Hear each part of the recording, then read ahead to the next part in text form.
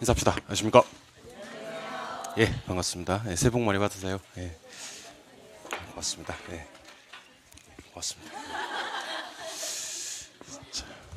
자, 오늘은 부동산 학개론 수업하는 날이고요. 30회 수업입니다. 저는 이제 부동산 학개론 강의하는 이종호입니다. 자, 그야말로 이제 우리 이번 2019년이 기해년이더라고요. 기해년인데 여러분들 공부하셔서 올해 합격할 수 있는 기회가 될 수 있는 그런 해가 되었으면 좋겠습니다. 이게 라임이라 그래요. 예. 아무튼 그렇게 일단 공부를 이제 그야말로 이제 처음 시작 이제 밝아오는 새해니까 그죠? 처음 시작해야 되는데 어떤 마음가짐으로 공부를 해야 될지 가볍게 오리엔테이션 하고요. 우리 기본 이론 지금부터 출발해 보도록 하겠습니다.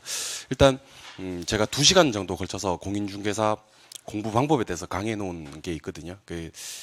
사실 우리가 지금 1월 달부터 처음 수업 시작하는 게 아니고 작년 11월, 12월 달에 입문과정이 진행이 됐습니다.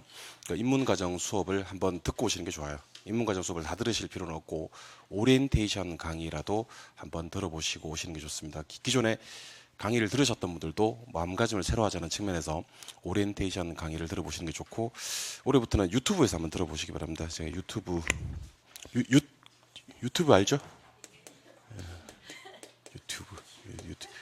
유튜브가 맞더라고요. 유튜브가 아니고 유튜브에서 이종호 공부 방법 이렇게 한번 나중에 한번 쳐보세요. 이종호 공부 방법. 요것도 이제 배속도 되더라고요. 이렇게 처음에 들으면 일반 배속에서 1.2배속, 4배속, 6배속, 8배속 이렇게 되는 것 같더라고요. 유튜브에서 이종호 공부 방법 치시면 강좌 쭉 나올 거예요. 그 중에서 2019년 강의를 이제 검색하셔가지고요. 공부 방법 이거 두 개 있거든요. 1편짜리 있고 2편짜리 있고 이렇게 해서 공부 방법 1편, 2편 이렇게 해서 2시간을 갖다가 다음 주 오시기 전까지 한번 듣고 오시면 좋을 것 같습니다. 거기 밑에 보시면 구독하기 있어요. 구독하기 눌러주시고 좋아요 있어요. 좋아요 눌러주시고 여러분들 구독하기 좋아요는 나중에 한번 제가 이렇게 휴대폰 잠깐 봅시다 해서 불신 검문을 할 거예요. 구독하기 안 돼 있으면 가만두지 않겠습니다. 구독하기 눌러주시고 여러분들 높은 자리 있을 때 좀 도와주세요. 알겠죠? 그걸 좀 부탁드리고 그다음에 우리 수업 관련되는 자료들은 이제 제 다음 카페가 있거든요. 다음 카페에 그냥 요 부동산 학개론 이종호 이렇게 검색하시면 회원 가입하실 수 있고 자동으로 이제 등록되시니까 수업 관련 자료들 이렇게 받아보실 수 있을 겁니다. 그래서 강의를 들으셨던 분들도 한번 공부 방법 강의를 한번 더 들어주시고요. 안 들으셨던 분들은 공인중개사의 전반적인 공부 방법에 관한 얘기들을 해놨으니까 거기 강의를 한번 들어보시고 오시기를 권해드립니다. 자, 그러면 1월, 2월 지금 기본 이론 강의 상당히 중요한 강의죠, 그죠? 이론 수업을 어떻게 진행할 건지에 대해서 먼저 소개를 좀 해드리겠습니다.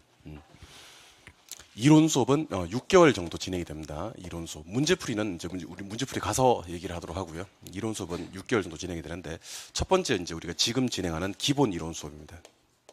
기본 이론 과정. 두 번째가 이제 심화 이론 과정. 심화 이론 과정. 마지막으로 이제 요약. 올해는 좀 바뀌었어요. 요약 강의 이렇게 해서 진행을 6개월 할 겁니다. 그래서 1, 2월, 3, 4월, 5, 6월 이렇게 보시면 돼요. 1, 2월, 3, 4월, 5, 6월. 그럼 지금 1, 2월 과정은 기본 이론 과정. 3, 4월 달에 심화 이론 과정, 5, 6월 달에 요약 과정 이렇게 진행을 할 건데 지금 여러분들이 들고 계신 요 교재를 우리는 이제 기본서라고 불러요. 앞으로 이제 쌤들이 기본서 그러면 요런 걸 기본서라고 하는구나라고 생각하시면 되겠습니다. 요걸 이제 우리가 기본서 이렇게 얘기를 하는데 올해는 기본서로는 수업을 4개월 진행할 거예요. 그래서 기본 이론 과정과 심화 이론 과정을 기본서로 수업을 진행하고 요약 과정은 요약집으로 진행할 겁니다. 그래서 다시 요거 기본서로 진행하는 과정입니다. 기본서 수업을 2번 진행하고 그다음에 요약 과정은 이제 요약집으로 수업을 진행하게 됩니다. 그러면 같은 이론을 갖다가 3번 하는 이유는 뭐냐라고 생각하실 수가 있을 텐데요. 일단 기본 이론 과정에서는 아주 중요한 부분을 수업을 진행합니다. 중요한 부분. 그래서 시험에 나올 가능성이 조금 높은 내용들 위주로 해서 수업을 진행할 거고요. 심화 이론은 깊을 심자를 물론 씁니다만은 여기서는 이제 깊다라고 이해하시기보다는 자세히 수업을 진행한다라고 보시면 돼요. 자세히. 최근 출제 경향 중에서 패턴이 약간 바뀐 게 하나 있습니다. 완전 출제가 다 바뀐 건 아니고요. 살짝 바뀐 게 뭐냐면 책 저기 구석에 있는 문제들도 시험에 출제를 합니다. 특히 이제 1차는 그렇다 치더라도 2차에서 좀 요게 추세가 좀 심해졌어요. 2차 과목 같은 경우는 그동안 한 번도 출제되지 않았던 내용들도 출제가 되고 있습니다. 쌤들이 보지 마세요. 시험 안 나옵니다. 그게 나오고 있다는 겁니다. 그래서 좀 자세히 수업하는 심화이론 과정도 최근에는 좀 많이 중요해지고 있습니다. 그러니까 아마 출제하시는 분들이 의도적으로 그렇게 하는 것 같아요. 물론 우리가 그동안 중요하다고 했던 것들이 안 중요한 건 아니고 그건 그대로 시험에 나옵니다만은 그동안 쉽게 우리가 이제 다루지 않았던 그런 내용들까지도 시험에 나오고 있으니까 혹시 올해 꼭 합격하셔야 되시는 분들이 있잖아요. 그죠? 여기에. 그러니까 장기적인 전략을 갖고 오시는 분도 계시고 꼭 합격하셔야 되는 분들은 심화이론에서 다루는 좀 책의 저기 구석에 있는 내용들을 좀 자세히 수업하는 과정도 관심을 가지셔야 되지 않겠나라는 생각을 합니다. 그리고 이제 요약 과정에서는 말 그대로 요약이죠. 근데 요약에서는 이제 응용이라고 보시면 되겠습니다. 그래서 수업을 총 이렇게 이론 과정만 3번을 하는 이유는 뭐냐면 항상 이제 우리가 자격시험 공부하시는 분들은요, 이 모형, 어떤 모형으로 공부를 해주시는 게 좋냐면 공부 모형이 2가지가 있거든요. 요 모형, 다이아몬드 모형하고 이렇게 일반 삼각형 모형 2가지 모형이 있는데 일단 첫 번째 유형과 2번째 유형 중 여러분들은 몇 번째 유형으로 공부를 해야 될 것 같아요? 항상 이렇게 공부를 하셔야 됩니다. 혹시라도 이렇게 공부를 하실 작정이신 분들은 사실 자격시험에서는 필패, 반드시 실패하시는 공부가 될 수도 있다는 생각을 하셔야 됩니다. 그러니까 처음에 이제 아주 중요 내용 위주로 공부를 했다가 한번 범위를 꼭 한번 넓혀 주셔야 됩니다. 특히 최근 경향에서는 그렇다라는 얘기를 드렸었고 이걸 꼭 한번 줄여 주셔야 됩니다. 이 과정에서 실력 향상이 상당히 많이 이루어집니다. 근데 공부를 하시다 보면 자기도 의도하지 않게 계속 범위를 늘려가시는 분들이 계세요. 지식이 쌓이다 보니까 조금 더 이렇게 해서 계속 늘려가시는 분들이 계십니다. 그래서 나중에는요, 상당히 많은 내용을 알고 있는데 정확하게 아는 건 한 개도 없고 특히 오지선다 문제로 나왔을 때는 답을 체크 못하는 그런 상황이 발생할 수가 있다는 겁니다. 절대로 범위를 넓혔다가 꼭 한번 좁혀주셔야 되지 끝까지 넓히는 공부는 절대로 바람직한 공부는 아닙니다. 그래서 기본이론에서 중요한 내용 선을 봅니다. 그죠? 그리고 심화이론에서 범위를 한번 넓혔다가 꼭 한번 줄여주셔야 됩니다. 물론 줄이는 과정에서도 중요 내용을 갖다가 이제 응용을 하면서 여러 번 다루어야 되겠지만 아까 말씀드렸던 대로 심화이론에서 했던 것들도 한 번쯤은, 그러니까 우리 책 저기 구석에 있는 내용들을 문제로 시험에 낼 때는 어렵게 나오지는 않고 쉽게 나와요. 그러니까 우리가 중요하다고 다루었던 여러 번 반복해서 봤던 내용들은 조금 난이도를 주기 때문에 그런 내용들은 여러 번 보셔야 되겠습니다만은 책 저기 구석에 있다고 했던 내용들은 한 번쯤만 이렇게 눈도장만 한번 찍어주시면 된다라는 느낌. 무슨 말인지 아시겠죠? 그렇게 해서 기본서로 몇 번? 2번, 4개월. 그 다음에 요약집으로 한 번, 2개월 정도 이론 수업을 진행할 겁니다. 문제풀이 과정은 제가 7월 달부터 진행을 할 건데 7월 달에 가서 제가 설명을 좀 드려보도록 할게요. 요 과정은 뭐 우리 그 랜다나나 우리 학원이나에서만 진행하는 것은 아니고요. 전국에 있는 모든 공인중개사 이제 사이트나 학원들에서 진행하는 그런 과정입니다. 그래서 1, 2, 3, 4, 5, 6 이렇게 기본적으로 이론을 3번 정도 본다라고 생각하셔야 됩니다. 그리고 우리 부동산 학교는 목차를 잠깐 한번 구경하고 가도록 할 거예요. 자, 일단 칠판 한번 보시죠. 칠판만 보시면 돼요. 자, 우리 부동산 학교는 목차는 총 8개 편으로 구성이 되고 있습니다. 8개 편. 그럼 여러분들도 책을 완전히 덮으셨다가 표지 포함을 해서 5장을 넘겨보시면 돼요. 표지 포함을 해서 5장을 넘겨보시면 표지 포함해서 5장을 넘겨보시면 차례가 나올 겁니다. 차례. 보고 계십니까? 예. 그 차례를 갖다가 저랑 한번 지금부터 정리를 한번 해보도록 할게요. 자, 그럼 목차 첫 번째가 나오는 것이 부동산학 총론일 거예요. 보고 계십니까? 예. 2번째 나오는 게 부동산 경제론, 경제론. 3번째가 이제 부동산 시장론, 시장론. 4번째가 부동산 정책론, 정책론. 5번째가 부동산 투자론, 투자론. 6번째가 부동산 금융론, 금융론. 7번째가 부동산 개발 관리론 이렇게 돼 있을 텐데 그냥 개발론 이렇게 하겠습니다. 여러분들 앞으로 제가 개발론 그러면 개발 관리 마케팅 파트를 얘기하는 거구나라고 생각하시면 되고요. 마지막에 이제 8번째가 감정 평가론, 평가론이 됩니다. 그래서 우리 부동산 학교로는 총 8개 편으로 구성되고 있다는 걸 아시기 바라고요.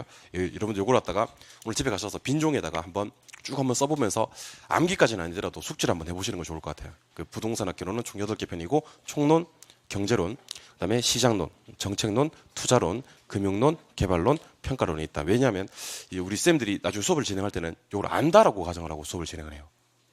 그러니까 공법도 법이 뭐 7개 법 정도 있지 않습니까? 나중에 이거는 개발법 가서 할 거예요. 이거는 정비법 가서 할 거예요. 이렇게 얘기를 한단 말이에요. 그때 목차가 머릿속에 없는 분들은 그 개념을 명확히 이해하실 수 없으니까 오늘은 집에 가서 복습을 뭐 따로 물론 하시겠지만 하실 때 처음 시작은 목차를 한번 적어 보시는 것도 상당히 좋은 방법일 것 같아요. 근데 그 중에서 우리 부동산학개론은 총 합계 40문제가 출제가 됩니다. 그죠? 40문제. 그럼 산술적으로는 총 한 5문제씩 58에 40에서 나오지 않겠나라고 생각하시기가 쉬운데 실제로 그러합니다. 그러니까 한 편당 5문항씩 출제가 되는데 조금 적게 출제되는 편이 지금 보고 계시는 1편의 총론이에요. 그래서 총론 옆에다가 3문제라고 한번 적어볼까요? 3문제. 총론은 문항수로 치면 거기 말고 아니 거기 말고 여기 다른 데 가지 말고 여기서 수업 들어요. 알겠죠? 예. 내 케어가 필요하신 분 같아요. 그래서 지금 차례 보고 계시는 거 맞죠? 예. 차례에다가 이제 요 총론에서는 한 5문제 정도, 3문제 정도 출제가 됩니다. 그다음에 경제론에서 한 5개 정도. 적어 보시죠. 시장론도 한 5개 정도. 정책론도 5개 정도. 아까 5개씩 나온다고 했으니까 쭉 5개 가다가 갑자기 이제 5편에 가시니까 부동산 투자론이 나오죠. 그죠? 예, 투자론은 5문제 이상. 그러니까 한 8개 정도 보시면 될 것 같아요. 8개라고 적어 두시면 될 것 같습니다. 참고로 말씀드리면 작년에는 7개, 재작년에는 9개 나왔던 파트입니다. 7개, 9개. 평균 한 8개 정도 나오는 파트. 금융론도 한 5개, 개발론도 한 5개. 근데 평가론은 역시 한 7개 정도 출제가 되는 그런 파트라고 보시면 되겠습니다. 요거는 이제 계략적인 문항 수지 반드시 이렇게 나온다는 건 아닌데 플러스 마이너스 한두 개지 큰 차이는 별로 없으십니다. 그래서 문항 수를 40개 이렇게 이제 표시를 하는 거죠. 총 40개. 다시 한번 해볼까요? 예. 거의 뭐 5개씩 출제가 된다고 생각하시면 되는데 조금 5개를 넘어서는 파트가 2개 보이십니까? 어디랑 어디요? 투자하고 평가요. 예. 그래서 투자론하고 평가론 요 5편하고 8편은요 앞에다가 별표를 2개 좀 쳐주시기 바랍니다. 별표 2개. 그래서 우리 부동산학개론에 우리 흔히 얘기하는 양대산맥이 있습니다. 우리 부동산학개론의 양대산맥이 5편의 부동산 투자론과 8편의 부동산 감정평가론은 별표를 2개 정도 해주시고요. 요 2개 파트를 잘 못하시고 우리 시험에서 합격하거나 고득점 할 수 있는 방법은 없다. 라고 생각하셔야 됩니다. 2개를 정말 잘 하셔야 되고 별표 하나 더 때려드리고 싶은 파트가 2편에 있는 부동산 경제론입니다. 잠깐 별표하기 전에 2편에 보니까 부동산 경제론이라고 돼 있나요? 예, 부동산 경제론의 1장 제목이 뭐죠? 부동산 수요 공급 이론. 2장 제목이 뭐죠? 부동산 경기 변동. 그러면 경제론 파트는 수요 공급 이론과 경기 변동 이론 파트로 나뉘어지죠. 여러분들 생각에 수요 공급과 경기 변동 중에서는 뭐가 중요할 것 같아요? 네, 수요 공급에다 배를 하나 때려 두시면 됩니다. 수요 공급. 그래서 혹시 제가 재작년 기준으로 말씀을 드려볼까요? 재작년 기준으로는 부동산 경제론에서 5문제 나왔거든요. 재작년에는 5개 나왔는데 5개 다 수요 공급에서 나왔어요. 5개 다 수요 공급에서. 그 참고로 작년 시험에서는 부동산 경제론에서 6개가 나왔는데 그 중에서 수요 공급에서 4개, 경기 변동에서 2개가 출제가 되었습니다. 사실은 경기 변동은 2개 나왔던 적도 드물어요. 사실은 거의 대부분 어디서 나오냐면 수요공급에서 나온다고 생각하시면 되겠습니다. 그래서 수요공급에서 별을 갖다가 제가 하나 때렸어요. 자, 그러면 우리 부동산학교에서 제가 나중에 이제 이 3개 파트를 중요 부분이라고 할 거예요. 경제론에 있는 수요공급 이론이랑 투자론이랑 감정평가론을 중요 부분이라고 할 건데 이 3개 파트를 제가 중요 부분이라고 하는 이유에 대해서 소개를 좀 해드려야 될 것 같아요. 일단 제발 중요 부분에 대해서 소개를 좀 해드리겠습니다. 중요 부분. 중요 부분은 제가 3개 파트가 있다 그랬네요. 하나는 수요 공급 이론. 또 하나는 투자론. 그다음에 세 번째는 감정 평가론. 그래서 나중에는 이제 제가 뭐라고 소개를 해드릴 거냐면 수투감 그렇게 얘기를 할 거예요. 수투감 그러면 수투감은 수요공급 이론이랑 투자론이랑 감정평가론을 얘기하는 거구나라고 생각하시면 됩니다. 일단 요 3개 부분을 중요 부분이라고 하는 이유에 대해서 소개를 좀 해드리겠습니다. 요 3개 부분이 중요 부분인 이유는 일단 출제가 많이 됩니다. 그러니까 보통 5개씩 나오는데 얘는 뭐 한 7개 정도, 얘는 심지어 9개까지도 출제가 된 적이 있다. 근데 여러분들 좀 의아한 게 수요공급 이론은 그러면 5개밖에 출제가 안 된다고 얘기를 했을 때 나머지 뭐 시장론이나 정책론이나 금융개발론도 5문제밖에 안 나온다고 하지 않았느냐. 그러면 얘가 왜 중요 부분이 되느냐라고 생각하실 수가 있는데 이게 이제 바로 두 번째 나오는 변별력 때문입니다. 변별력. 자, 변별력은 뭐를 말하는 거냐면 공부한 자와 공부하지 않은 자를 구분해내는 것을 우리는 변별력이라고 얘기를 합니다. 무슨 말이냐? 자, 한번 들어보시죠. 아까 제가 이제 부동산 개발론 예를 들어볼까요? 부동산 개발론.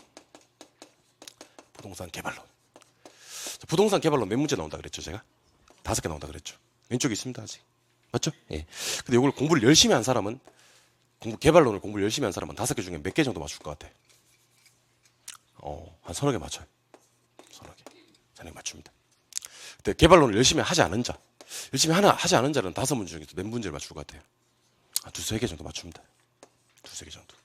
그러면 공부를 한 자와 하지 않은 자 사이에 실력 차이가 별로 없다는 겁니다. 그러면 개발론 같은 경우는 정상적으로 수업만 열심히 들어주시고 시험장에 들어가셔도 크게 문제 맞추는 데 지장이 없다. 우리 서당계 3년이면 뭐 그런 말 들어보신 적 있죠? 예. 서당계 3년이면 풍어를 넘는다. 그러니까 우리가 이렇게 앉아서 수업만 열심히 들으셔도요. 시험장 가서 맞출 수 있는 기본 점수를 획득할 수 있는 그런 내용들이 분명히 존재한다는 겁니다. 그래서 개발론을 집에 가서 열심히 공부해 봐야 크게 점수 향상에는 기여를 못할 수가 있다는 얘기입니다. 근데 제가 아까 부동산 투자론 제가 소개해드렸던 거 기억나시죠? 예, 투자론. 투자론은 8개 정도 나오거든요. 8개 나오는데 공부하신 자가 투자론에서 몇 개를 맞추냐면 5개 정도 맞춥니다.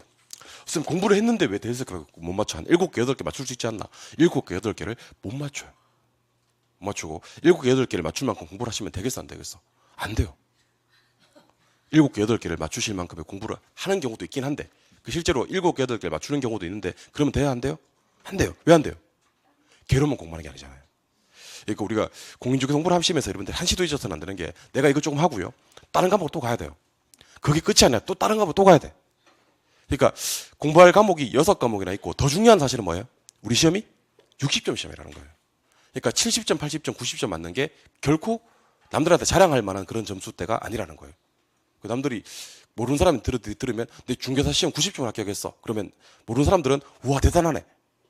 어떻게 그렇게 공부를 했어? 하는데 아는 사람들은 뭐라 그래요? 왜 그랬어? 왜 그랬어? 라고 얘기를 하는 겁니다. 그러니까 90점 맞을 만큼 공부할 필요는 사실 없는 거예요, 사실은. 그러니까 8개 중에서 공부한 자는 5개 맞추시면 충분합니다. 특히 투자론 같은 경우는 반타작 이상을 했다? 대단한 겁니다. 투자론에서 반타작 이상을 했다. 자, 그런데 투자론을 공부를 열심히 안 하신 분들도 물론 존재하기 시작이겠죠, 그죠? 예, 하신 분들. 그러니까 이런 분들은 한두 개 못 맞춰요. 안 한 자는. 그럼 벌써 여기서 점수 차이가 몇 개 나버리냐면 한 4개 정도 나버리는 거죠. 4개를 점수로 환산하면 10점이에요. 10점은 어떤 점수냐면 죽은 사람을 살리는, 죽은 자에게 새 생명을 불어넣을 수 있는 그런 점수가 나중에 이제 그 합격자 발표 나보면 아시겠지만 거의 뭐 한두 개 차이로 떨어지고 2-3개 차이로 떨어지는데 한 과목에서 10점 차이라는 것은 대단한 점수 차이라는 얘기입니다. 그리고 결국 요 파트 방금 제가 소개해드렸던 수용급 투자 감정 평가론 파트는 출제가 많이 되는 건 뭐 당연한 얘기고, 근데 출제는 사실은 뭐 문항수로 치면 큰 차이가 없을 수도 있는데 더 중요한 사실은 변별력. 그러니까 공부를 한 자와 하지 않은 자 사이에 변별력을 주는 파트가 요 3개 파트라고 생각하셔야 됩니다. 그래서 저는 요 3개 파트를 열심히 강의를 할 거고요. 요 3개 파트를 여러분들한테 열심히 공부를 하라고 얘기를 할 겁니다. 자, 그럼 나머지 파트들 어떡하느냐? 작년하고 올해하고 이제 공부법을 조금 제가 바꿨어요. 작년에는 나머지 파트들을 나중에 제가 해드릴 테니까. 그러니까 나머지 총론이라든지 시장론이라든지 정책론, 금융론, 개발론 요런 5개 파트들은 제가 열심히 해드릴 테니까 저를 믿고 이 3개 파트만 열심히 하라 라는 주문을 했었어요. 근데 그랬더니 어떤 부작용이 생기냐면 그 나머지 5개 파트는 어떤 파트냐면요. 단순 암기만 해도 점수가 나와. 단순 암기를 한다는 것은 후반부에 하는 게 좋겠어요? 초반부에 하는 게 좋겠어요? 당연히 후반부에 하는 게 좋겠지. 그래서 후반부에서 공부를 집중적으로 그때 막 집중적으로 이 5개 파트를 집중적으로 해서 점수를 갖다가 한번 마지막에 만들어내자. 이런 취지에서 저는 상당히 순수한 의도에서 그렇게 얘기를 했었는데 어떤 문제가 생겨버리냐면 그러니까 7월달, 8월달 가도 점수가 안 나와. 그러니까 이 3개는 이것대로 안 되고 5개는 암기를 나중에 하기로 했기 때문에 안 돼서 점수가 안 나와. 그래서 여러분들 어떻게 해요? 그 시험장 가기 전에 다 죽어버려요. 다. 살아남지를 못해. 그래서 살아남은 자들만 데리고 나중에 하려니까 그래요. 다 원서 접수도 안 하고 포기해버리고 그러더라고. 그래서 저 올해는 사실은 목표를 어떻게 잡았냐면 까먹어도 좋으니까 그러니까 알고 까먹은 게 낫지 않겠나. 처음부터 모르는 것보다. 그래서 초반부터 나머지 파트들도 열심히 한번 진행해 볼 예정입니다. 그래서 초반부터 개론 점수를 조금 드리자라는 취지로 수업을 진행하겠습니다. 그래서 물론 제가 중요 부분 그러면 요 세 개 파트가 있다는 것을 명심을 하셔야 되고요. 나머지 파트들도 올해는 신경을 조금 쓰겠다. 그래서 초반부터 개론 점수를 조금 내면서 여러분들한테 약간 흥미 유발을 다른 쪽으로 하는 게 아니라 점수를 조금 드리면서 흥미 유발을 해드리도록 한다라는 얘기입니다. 무슨 말인지 아시겠죠? 예, 그래서 수업을 진행하면서 암기해야 될 부분은 암기를 척척 해나가면서 그렇게 수업을 진행할 예정이다. 그 다음에 부동산학 개론 공부하시는 분들이 한시도 잊어서는 안 되는 내용이 큰 테마가 하나 생겼습니다. 요게 이제 좀 골치 아플 거예요. 그게 바로 뭐냐면 계산 문제입니다. 계산 문제. 그러니까 우리 학창 시절에 수학 잘하셨던 분들 손 들어보세요. 괜찮습니다. 수학 잘하셨던 분들. 몇 분 계시네요, 그죠? 지금 학창 시절에 수학 잘하셨던 분들은요, 민법보다는 부동산학 개론 점수가 잘 나올 확률이 훨씬 높습니다. 훨씬 높아요. 왜냐하면 우리 부동산학 개론에서 계산 문제가 잠깐 우리 최근 6개년에 계산 문제가 몇 개 정도 출제가 되는지를 한번 보도록 하겠습니다. 2014년도부터 볼게요. 14, 15, 16, 17, 18, 19. 19는 이제 여러분들이 치르시는 시험이에요. 요거 14년부터 해서 최근 한 6개년 정도 부동산학 개론에서 계산 문제. 그러니까 계산 문제가 나오는 거의 유일한 과목이 부동산학 개론이에요. 물론 간혹 민법에서 정말 간혹 공법에서 정말 세법이나 중개사법에서 계산 문제가 한 개씩이나 두 개씩 나오기도 해요. 수수료 한번 계산해봐라. 양도소득세 한번 계산해봐라. 아니면 건폐율 용적률 한번 계산해봐라. 이런 식으로 해서 문제가 나오기도 하는데 그거는 정말 한두 개. 그러니까 시험에 승부를 가를 만큼 시험 승패를 좌지우지할 만큼의 어떤 그런 문항수는 아닌데 부동산학 개론은 계산 문제 때문에 합격하기도 하고 계산 문제 때문에 떨어지기도 하고 그럴 수 있는 것 같습니다. 일단 30회 여기다가 이제 우리가 몇 회차 시험인지를 계산할 때는 11을 더하면 돼요. 11. 11 더 해봅시다. 요거 몇 회예요 그러면? 25회. 요거 그렇게 되는 거지. 무슨 말인지 알겠죠?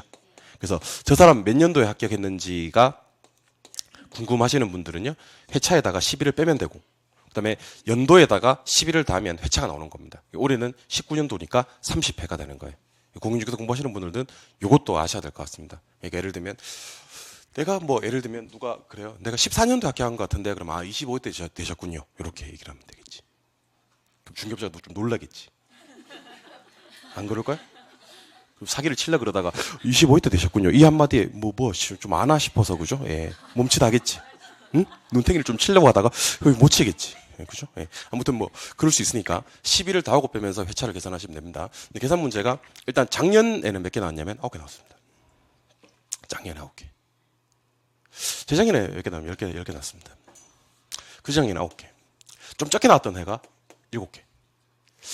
제가 14년도로 갔다고 왜 최근 보통 5개년만 뺐는데 14년도를 왜 안 뺐냐면 좀 역사적인 해차였습니다. 14년도에는 계산 문제가 그동안 우리 부동산학 개론 시험 친 역사상 가장 많이 나왔습니다. 11개 나왔습니다. 11개. 그 이제 우리 30회를 예측을 한번 해봅시다. 한번 예측해 봅시다. 좀 이게 많이 나왔죠? 예, 적게 나왔어요. 조금 많이 나왔죠? 그 다음에 적게 나올 타이밍이었어요. 그럼 내가 요 28일 때 강의할 때 적게 나온다 그랬겠어? 많이 나오겠다 그랬어? 적게 나온다 그랬어? 많이 나왔어. 많이 나오고 적게 나오고 많이 나오고 좀 적게 나온다 했는데 많이 나왔대. 그리고 또 어떻게 됐어요? 많이 나왔죠. 예. 그리고 좀 적게 나온 거 아니죠 이제. 그러니까 이제는 추세가 그러니까 시험이 약간 자꾸 생물처럼요 진하고 발전하는 것 같아요. 이제 여기서 여러분들 느끼실 수 있어야 되는 건 계산 문제 역사를 보니까 이제 부동산학 개론에서는 계산 문제가 고정적으로 8개에서 한 10개 정도까지는 나오겠구나라고 생각을 하셔야 되는 겁니다. 점수를 한번 산산해 볼까요? 아까 제가 4개당 10점이야. 1개당 점수가 2.5점이니까 그럼 최소 몇 점에서? 20점에서 25점 정도가 된다는 겁니다. 혹시 쌤 저는 수학과 친하지 않아서 저한테 자꾸 자기 옛날 얘기를 막 해요. 쌤 저는 수학을 싫어서 문과 갔어요. 내가 궁금하겠어 안 궁금하겠어? 자기 문과 갔는 걸 갖다가 수학이 싫어서 문과 갔고 자기는 수학을 싫어하기 때문에 절대로 이제 저는 수학 관계되는 것을 안 할 줄 알았는데 공인중개사 공부를 한번 해보니까 오늘 특히 오리엔테이션 강의를 들어보니까 아니 계산 문제가 이렇게 20점, 25점 정도 차지한다는데 저는 이제 어디를 어떻게 해야 되는 거죠? 하시는 분들이 계시는 것 같은데 일단 계산 문제는 공략 방법을 좀 알려드리면요.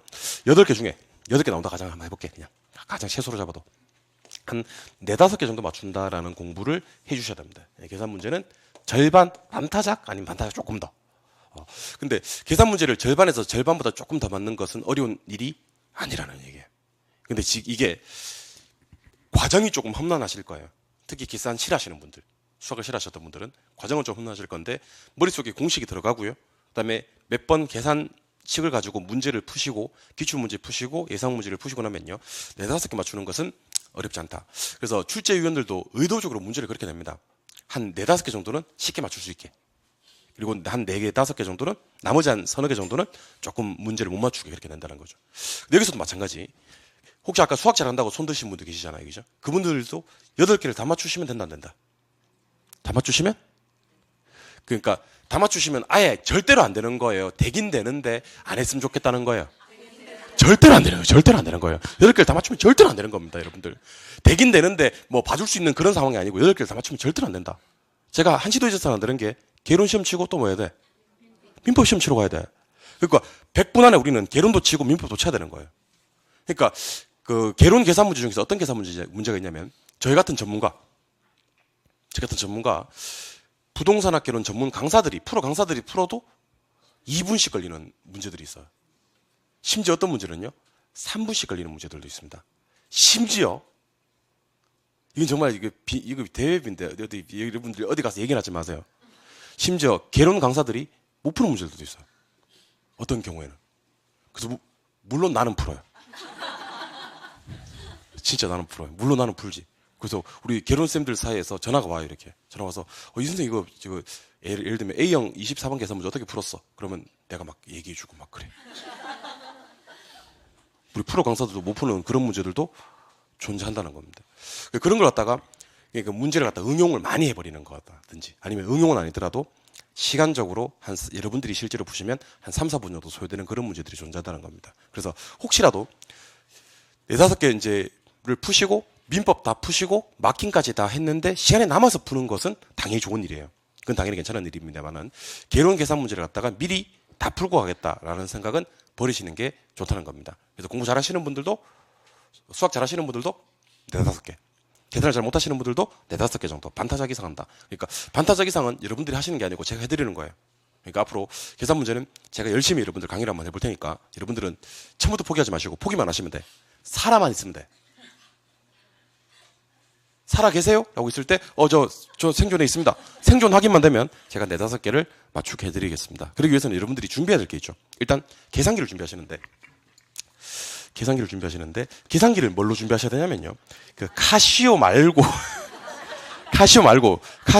안카시오로 준비를 하시는 게 좋습니다. 알겠죠? 그 카시오 말고는 다 돼. 카시오 말고는 다 되니까 웬만하면 카시오 아닌 계산기가 좋고요. 그다음에 공학용 계산기 준비하지 않으셔도 됩니다. 일반 계산기로 준비하시면 되고 제가 카시오에 제가 억하 심정이 있는 건 아닌데 카시오 말고 다른 계산기로 준비해 주시면 좋을 것 같습니다. 대략 계산기 가격은 한 12,000원에서 15,000원 사이 계산기가 좋아요. 12,000원에서 15,000원 계산기. 1,800원짜리 계산기 좀 그래. 있더라고. 얼마 주고 샀어 그러니까 뭐 3,000원?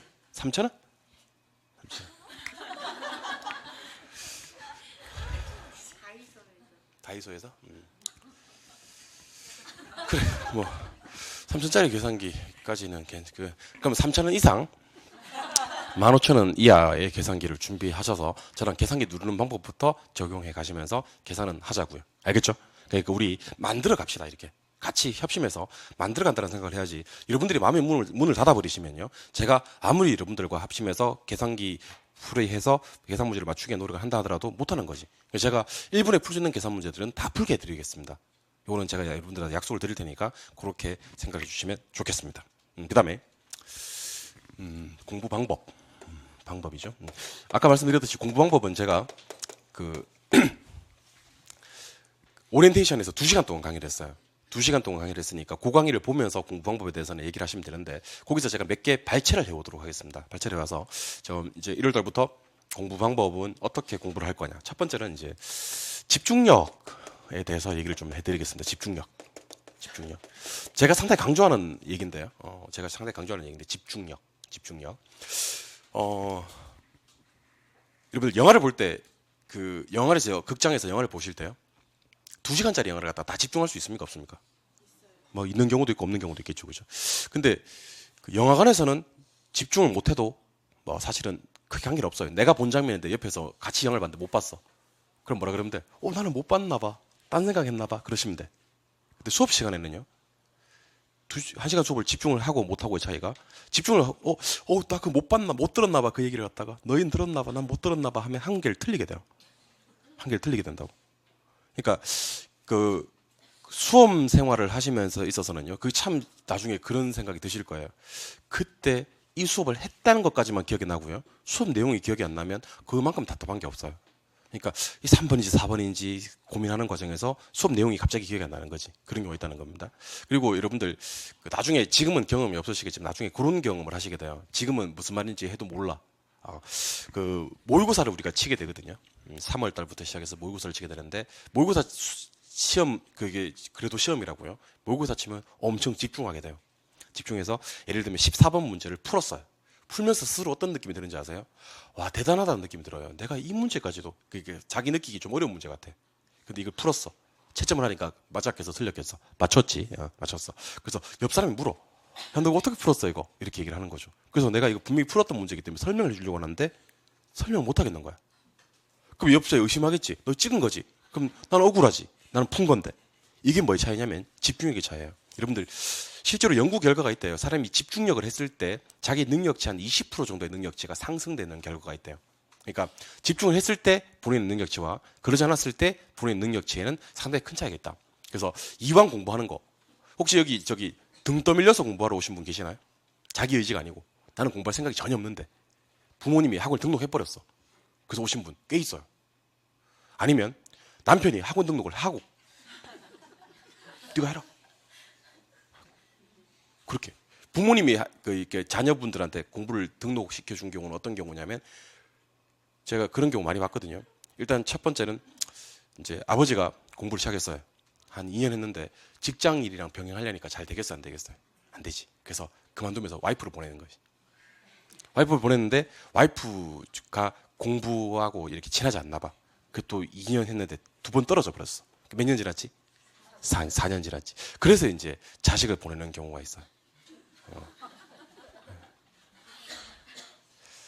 나중에 보니까 직장 문제도 아니고 아무 문제도 아니고 유전적으로 이렇게 안 좋은 집들이 있어요. 이렇게 머리가. 아무튼 제가 하고 싶은 얘기는 그 얘기는 아니고요. 본인이 선택해서 하는 공부 같으면 이왕 공부하시는 거 약간 집중력을 발휘해 보자라는 측면입니다. 그래서 집중력을 발휘하고 수업 듣는 거랑 안 하고 듣는 거랑 차이가 상당히 크다. 특히 여러분들 집에 가서 복습하시는 시간에 차이가 상당합니다. 복습하시는데 시간의 차이가 상당합니다. 그러니까 집중을 한 수업은 집에서 복습하는 시간이 복습할 게 별로 없어요. 근데 집중하지 않은 수업은요, 복습할 게 천지입니다, 천지. 열려 있는 거지. 그러니까 이왕 공부하시는 거 한번 1시간 동안 쭉 빨려와서 흡수되어서 공부를 한번 시작해 보시자라는 측면. 되셨나요? 예. 두 번째는요, 요 마음의 준비를 하고 계셔야 됩니다. 요 마음의 준비. 요 마음의 준비. 그러니까 반복하면 어떻게 되냐면 숙달되거든요. 반복 숙달. 그러니까 여러분들 한 번에 이해하려고 생각하지 마시고요. 여러분 반복하실 마음의 준비를 하셔야 되는 겁니다. 반복할 마음의 준비. 그래서 제가 상당히 좋아하는 말이 있습니다. 상당히 좋아하는 말.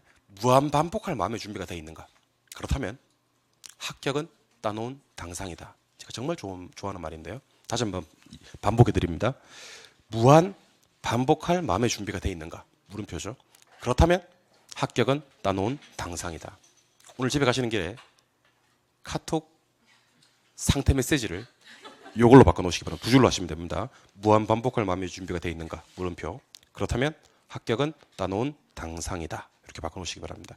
그래서 혹시 공부를 하시면서 한 번 듣고 이해하실 거라는 그런 어떤 막연한 생각은 버리셔야 되는 겁니다. 공부를 하시면 특히 결혼보다는 민법이 더 할 거고요. 2차 과목도 마찬가지일 거고요.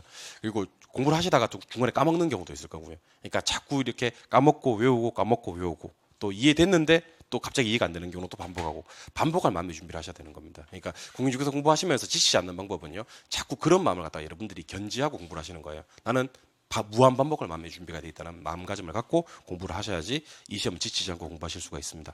아시겠죠? 예. 세 번째는 즐기자.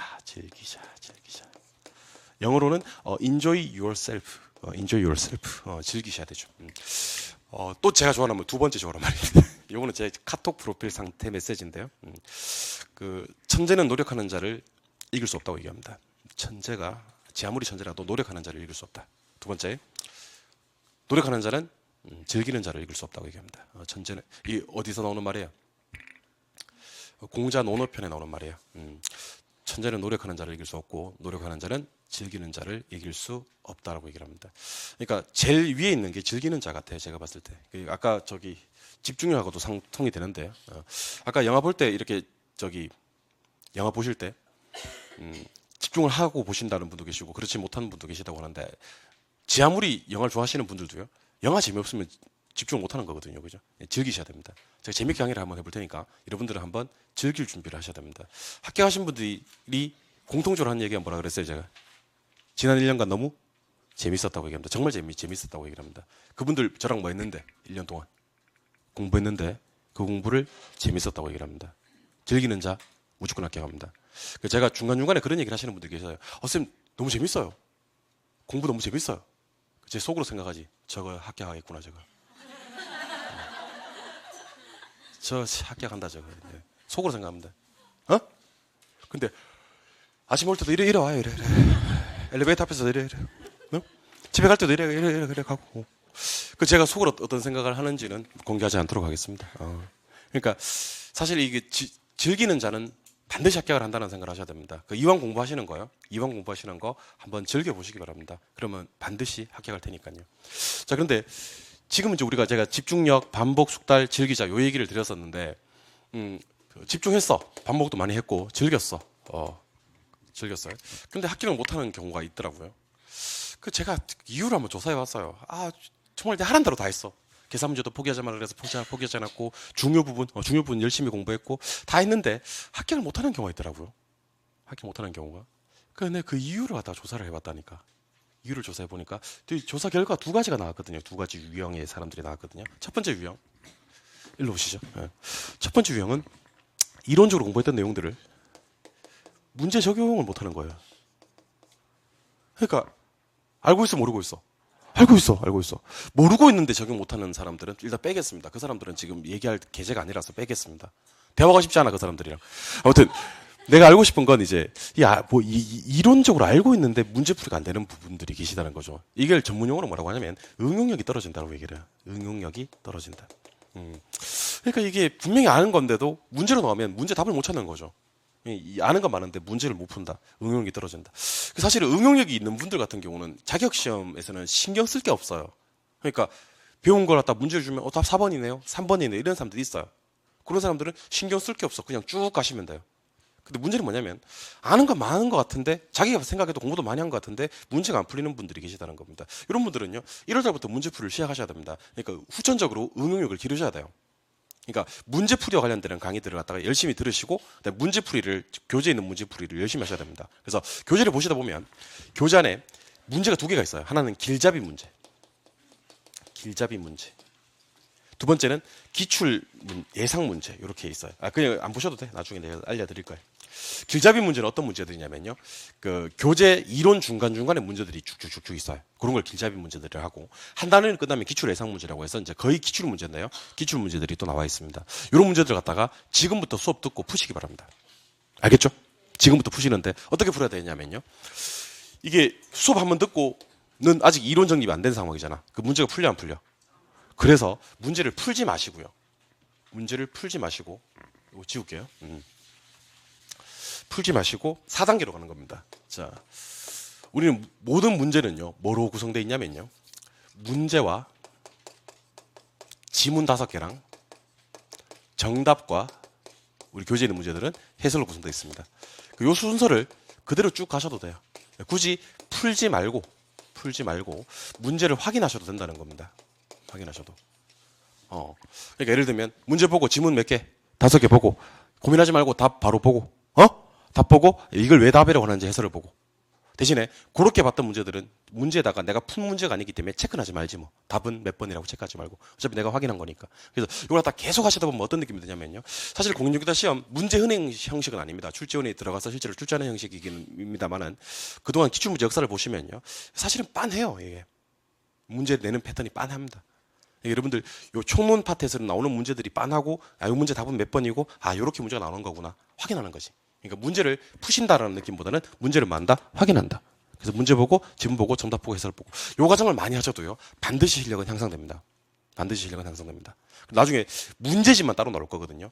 문제집만 따로 나올 건데 그 문제집의 문제들을 다 푸시면 참 좋은데 또 다 풀지 못하는 경우가 있겠지. 그럼 제가 나중에 몇 번 문제는 뭐 기를 쓰고 반드시 풀어야 됩니다라고 체크해 드릴 거예요.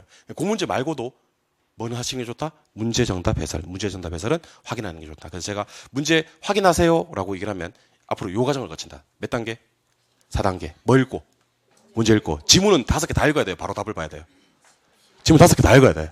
다 읽고 바로 뭘 보고? 정답 보고 해설 보고. 이렇게 하셔도 중기타 시험에는 상당히 효과가 있다는 겁니다. 아시겠죠? 그러니까 선천적으로 응용력을 타고나지 못하신 분들은 후천적으로 응용력을 기르셔야 되고 1월 달부터 문제풀이 시작하시기 바랍니다. 하실 건가요? 두 번째는요. 아까 첫 번째 유형은 응용력이 떨어지시는 분들이고요. 두 번째 유형은요. 시험 울렁증이 분들이 계십니다. 시험 울렁증에는 여러 가지가 포함이 돼요. 뭐 운대도 안 맞고 뭐 하여튼 뭐 보면 여러 가지가 안 맞는 분들이 계십니다. 시험 울렁증 있는 분들이 계세요. 그러니까 이분들이 더 심한 분들이에요. 아까 그 응용력이 떨어지시는 분들보다. 이분들은 어떤 분들이냐면요.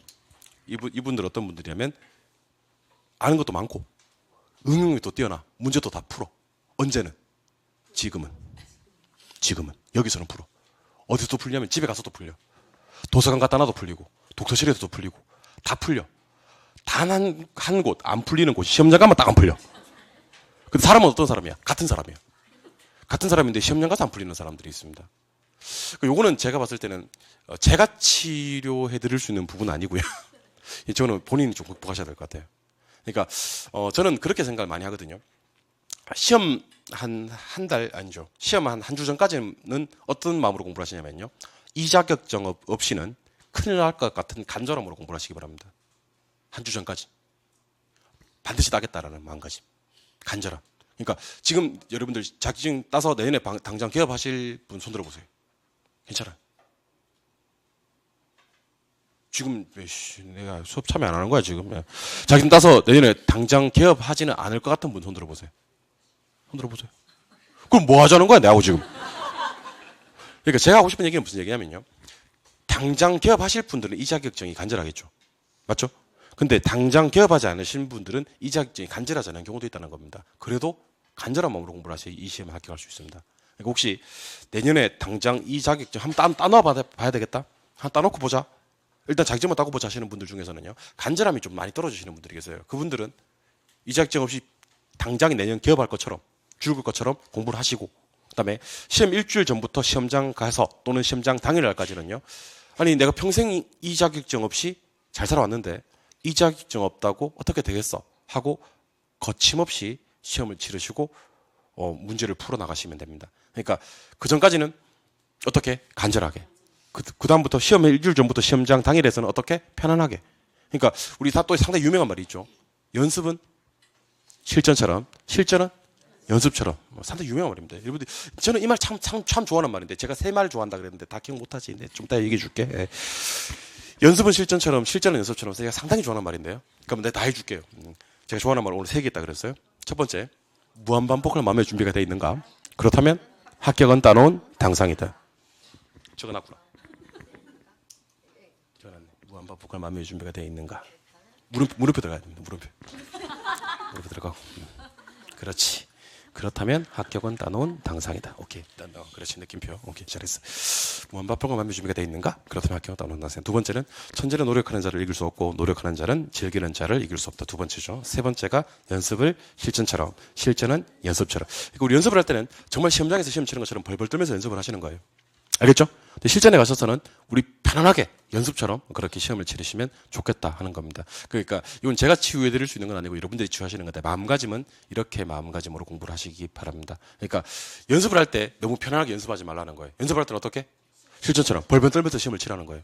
근데 그게 적응이 되면요. 실제로 시험장에 딱 들어가시면 편안하게 연습처럼 시험을 치르실 수 있다는 겁니다. 마치 이게 우리 부부 관계도 그렇지 않나라는 생각이 들어요. 여러분들 우리 결혼할 때 결혼하신 분도 계시고 안 하신 분도 계시겠지만 처음에 연인을 처음 만났을 때 어때요, 여러분들?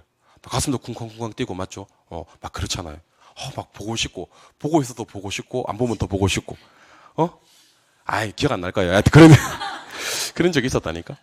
그래 우리 그랬었단 말이에요. 근데 우리 결혼하고 10년 살고 15년 살고 20년 살고 그러면 계속 가슴이 뛰고 그러면 돼야 안 돼요? 아니 그러면 여러분들 사람이 심장마비에 걸려서 죽을지도 몰라요. 아침에 일어났는데 와이프가 있는데 가슴이 쿵쾅쿵쾅 뛰고 그러면 사람이 이게 참 조물주가 사람을 잘 만들어 놓은 게 그렇게 이제 서로 익숙해지면 나중에는 이제 괜찮다는 거지. 그러니까 처음에 볼 때는 엄청 시험 같은 거 모의고사 칠 때는 쿵쾅쿵쾅 하면서 실전처럼 그렇게 하시다가 그게 여러 번 반복되면 실전에서는 제 능력을 발휘할 수 있지 않겠나라는 생각이 들어요. 그래서 나중에 모의고사 같은 거 칠 때 어떻게 쳐야 되냐면 답지를 내야 돼요? 안 내야 돼요? 답지를 반드시 내야 됩니다. 뭐까지 해서? 마킹까지 해서. 올해는 제가 마킹 할 때 그런 것도 신경을 좀 쓸 거예요. 수험 번호 쓰고 A형, B형, 책형 체킹하고 이런 것들도 신경을 같이 써서 진행을 한번 해볼까 합니다. 그러면 오리엔테이션 강의 총정리 한번 해드리겠습니다. 이것도 까먹는 분들이 계셔서 그래요. 뭐도 까먹어요? 오리엔테이션도 까먹어요. 공부를 이렇게 합시다. 그러면 그래, 오케이.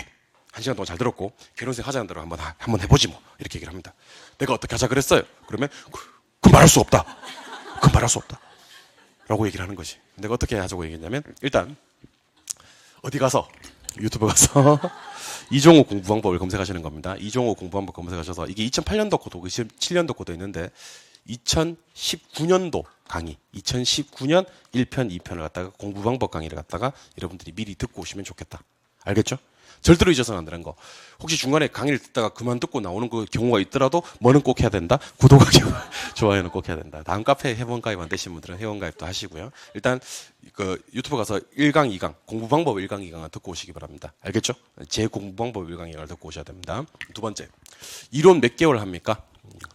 6개월 합니다. 기본서로 몇 번? 2번, 그다음에 요약집으로 1번. 계속 넓히셔야 돼요. 넓혔다가 좁혀야 돼요. 한번 좁히는 마음으로 그렇게 공부를 하신다. 우리 부동산 학개론 목차 잘 놓으세요. 우리 부동산 학개론 목차 여러 개 있는데 그중에서 중요 부분 몇 개 파트? 3개 파트. 수투감 그런다 그랬어요. 뭐요? 수요 공급, 투자, 감정 평가. 특히 이 3개 파트가 중요한 이유는 출제 비중보다는 뭐 때문이다? 변별력 때문이다. 수투감 위주로 공부를 일단 해주고 이번 과정에서는 이번 시험에서는 제가 나머지 파트들도 신경을 좀 쓰겠다. 우리 부동산 학개론에서 20점, 25점을 차지하는 파트가 뭐라 그랬어요? 계산 문제. 계산 문제 절반 맞추기 위한 노력은 하셔야 됩니다. 계산 문제를 포기하고 합격하기는 상당히 힘들어졌어요. 예전에는 누가 그래요. 지금 계산 문제 하고 싶잖아요. 그럼 그래도 합격시켜 줄게요. 그랬어요. 요즘에는 내 자신이 없어요. 요즘에는. 예전에는 6개 이렇게밖에 안 나왔었어요. 계산 문제가. 6개, 7개. 정말 우리 좋은 시절이 있었어요. 계산 문제를 다 포기하고도 합격할 수 있는 그런 때가 있었다고. 6개, 7개 나왔던 시절은. 근데 이제는 그렇지 않다는 거예요. 8문제에서 많게는 10개까지 나옵니다. 문항 점수로 한 사람은 20점에서 25점 나오는 거니까 여기서 최소한 10점. 한 12.5점 정도로 우리가 맞아주기 위한 노력을 하자. 알겠죠? 그래서 준비물 뭐 있어요? 계산기. 어떤 계산기? 안카시오. 3,000원 이상, 15,000원 이하의 계산기를 준비해달라 그랬습니다. 이 공부방법에서 제일 중요한 3가지를 말씀드렸죠. 첫 번째는 뭐요? 집중하셔야 됩니다. 그래서 집중하고 나면요. 제가 얘기했던 거 다 기억난다. 두 번째는요. 뭐 할 마음의 준비가 돼 있는가? 무한 반복할 마음의 준비가 돼 있는가? 그렇다면 합격은 따놓은 당상이라 그랬죠. 그리고 뭐 하시면 됩니까? 즐기시면 됩니다. 그리고 많이 알고 있는데 정말 많이 알고 있는데 합격을 못하는 유형 2가지가 있다 그랬죠. 첫 번째는 뭐가 떨어지시는 분. 이거 어떻게 해결해야 돼? 뭐 1, 2월달부터 문제를 확인하자 그랬잖아요. 안 풀린다 그랬잖아 내가. 풀면 제일 좋아. 풀면. 그게 제일 좋은겨. 근데 안 풀리는겨. 그래서 어떻게 한다? 문제, 지문, 정답, 해설 이런 식으로 문제를 확인하셔도 충분하다. 되셨어요? 그리고 여기까지 되시는데 안 되시는 분들은 뭐 때문에 그렇다 그랬어요? 시험 울렁증 때문에 그렇다. 시험 울렁증은 뭐를 어떻게 극복한다 그랬어요? 연습을 실전처럼, 실전은 연습처럼 이렇게 극복해 달라라는 얘기를 드렸습니다. 그래서 총정리 한번 더 해드립니다. 유튜브 가서 강의 2번 보고 오세요. 예, 좋아요, 구독하기 누르시고요. 두 번째는 우리 부동산학개론, 공인중개사 수업 과정은 6개월 정도 이론 수업을 진행합니다. 지금부터 6월 말까지 2번 하는데 기본서로 2번. 요약집으로 한번 진행을 할 겁니다. 부동산 학개론 그 수많은 목차들 중에서 수투감 요 3개 파트가 상당히 중요하니까 요 3개 파트는 중요하다라는 인지를 하고 수업에 따라와 주실 것. 계산 문제 포기하지 말고 열심히 따라와 주셔야 되고요.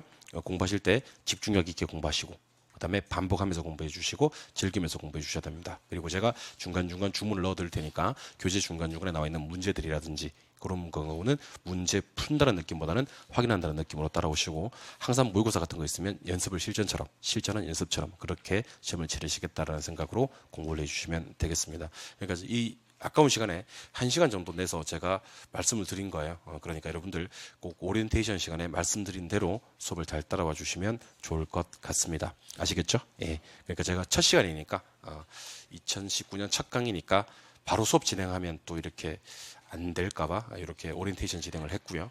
그 다음에 본격적인 수업은 몇 쪽부터 수업을 진행할 거냐면, 우리 기본서 쭉 피시다 보면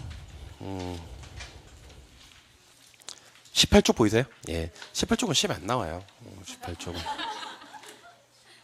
그러니까 안 나온다고 했던 게 나오는 경우가 있다고요, 없다고요? 그래서 이거는 3, 4월 달 가서 볼 거예요. 근데 안 나와요. 안 나와. 그래서 교재 페이지를 좀 더 넘기셔서 교재 페이지 29쪽으로 갑니다. 29쪽 가시니까 부동산의 개념과 분류라고 되어 있습니까? 예, 여기서부터 본격적인 우리 시험의 범위입니다. 그래서 29쪽부터 수업 출발할 테니까 10분 쉬었다가 29쪽부터 수업 진행하도록 하겠습니다. 쉬겠습니다.